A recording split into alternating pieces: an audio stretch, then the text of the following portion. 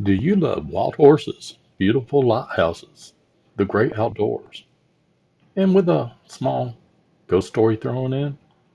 Well, you'll love this episode of Loving the Real World.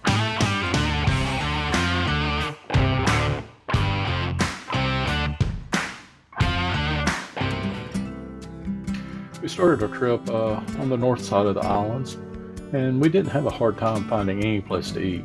All the food was pretty good. I'm only showing you the unhealthy foods that we ate on this trip. No reason to show you anything good like that. The trip lasted like 8 days, and we never ate the same thing twice. But one place we did eat at was the Black Pelican.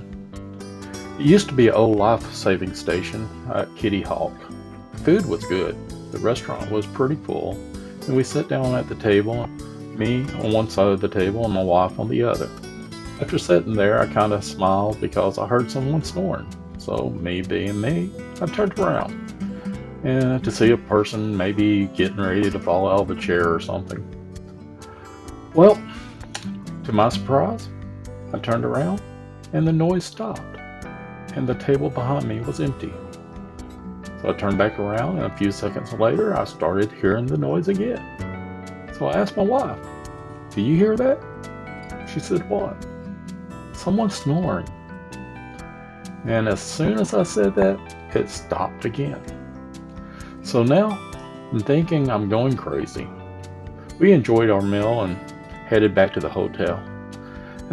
It was getting late, so we climbed in bed, and I get to thinking about this snoring at the Black Pelican. So I get on the old interwebs to see if there's anything about the Black Pelican.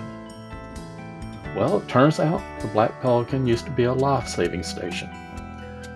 James R. Hobbs, a station keeper, was having trouble with one of his men, Philopoulos L. Daniels.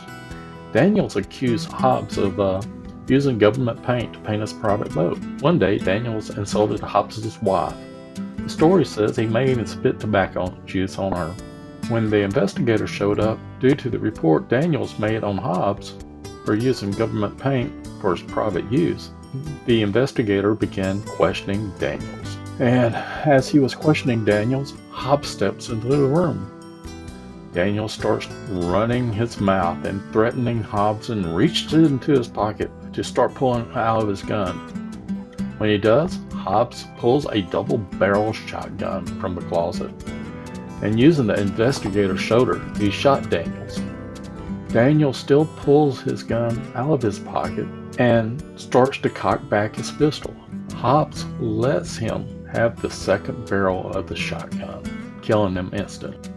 So after reading this, I looked a little deeper and found out many people have seen doors closed by themselves, heard footsteps in the building, and after closing, they could hear chairs move around in an empty restaurant. There's some waitresses that don't even want to work after closing or be in the building by themselves. The Outer Banks has many ghost stories, so if you're into this kind of stuff, you might want to check it out. We're not really into that type of stuff. I just ran across this info just by hearing somebody snoring in a restaurant that wasn't there. 16 years after the killing of Daniels, the house served as a weather bureau and a telegraph office. Wilbur and Oval sent messages back home and received vital weather information while doing their first flights. And that brings us to our next visit, the Wright Brothers National Memorial in Kill Devil Hill, where they had their first successful flight in 1903. Which makes me question everything I learned in school. I thought they flew from Kitty Hawk. Am I wrong? Does anybody else know about that? Leave some comments below. Anyway, Kitty Hawk is 3.6 miles away. Well, maybe I just remember it wrong, but I don't know.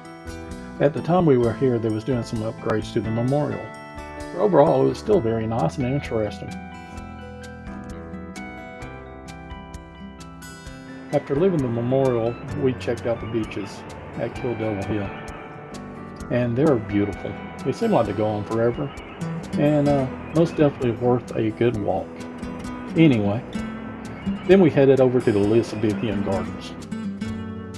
Elizabeth Gardens is located in the Fort Raleigh National Historic Sites on the north end of Roanoke Island.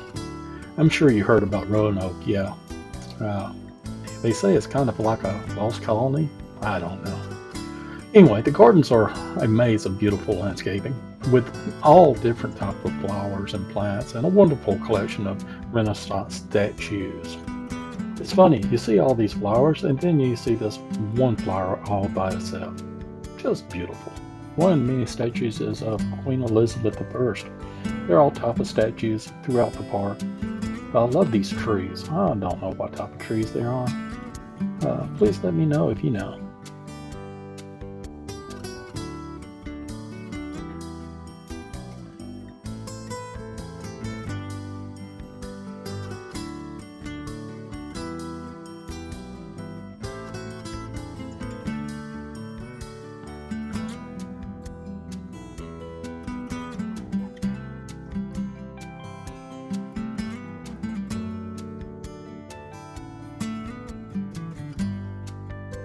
Now, to one of the best tours I have ever taken. The Wild Horse Adventure Tours. This is a tour of the northern part of the island where the wild horses are. And the only way you can reach it is by beach. So you start at low tide and you need to get back before, I guess, high tide, because they say sometimes the road just completely disappears. Well, only four-wheel drive vehicles are allowed on the beach. Yes, you can rent or bring your own four-wheel drive if you like, but much of the island is private, owned by these tour companies, so you couldn't actually see the whole island without breaking some laws. Our guide lives on a small island just north of the Outer Banks and takes a boat from his house to his truck he leaves here on the Outer Banks. He said that lets him get an idea where all the horses are before he starts the tours. The Humvees are pretty comfortable and they give you a good view from them. The guide was not afraid to take them through some small lakes where the water came up to the door, well, maybe a little higher. It was pretty sketchy, but it was still fun. This tour lasted a little over an hour, and it was well worth it. Some beautiful horses, and at the time there was one donkey left. But anyway, if you have a chance, this is definitely one of the trips you need to take, and it's well worth the money.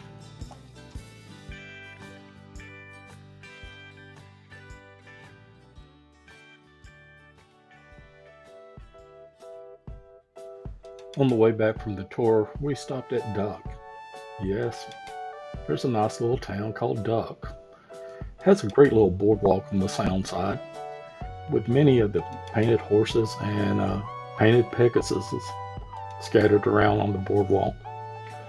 We watched the sunset, ate at the restaurants, and did some shopping at the little shops. Really was relaxing. Our next stop was one of the prettiest lighthouses on the Outer Banks, Currituck Beach Lighthouse.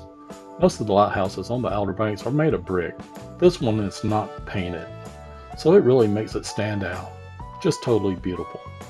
Anyway, it stands 162 feet tall.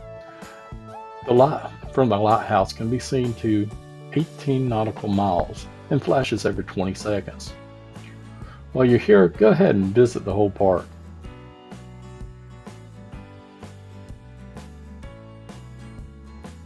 Now, when I was a kid, I would love to have one of these trees in my backyard. Wouldn't that be fun?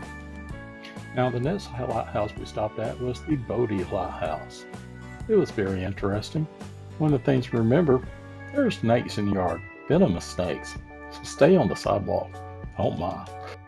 This lighthouse is 156 feet tall and can be seen up to 19 nautical miles out.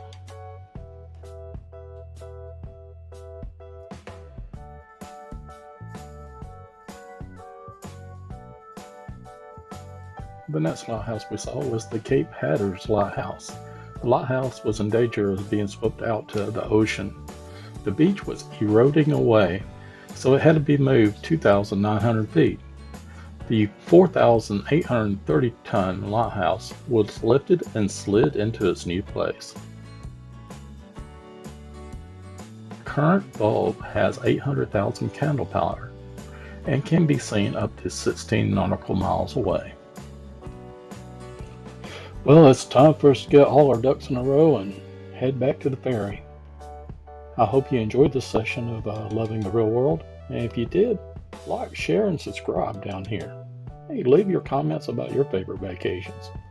Anyway, we're on our way back to the mainland. Oh, we missed this little lighthouse. Maybe the next time. Talk to you soon. See you later.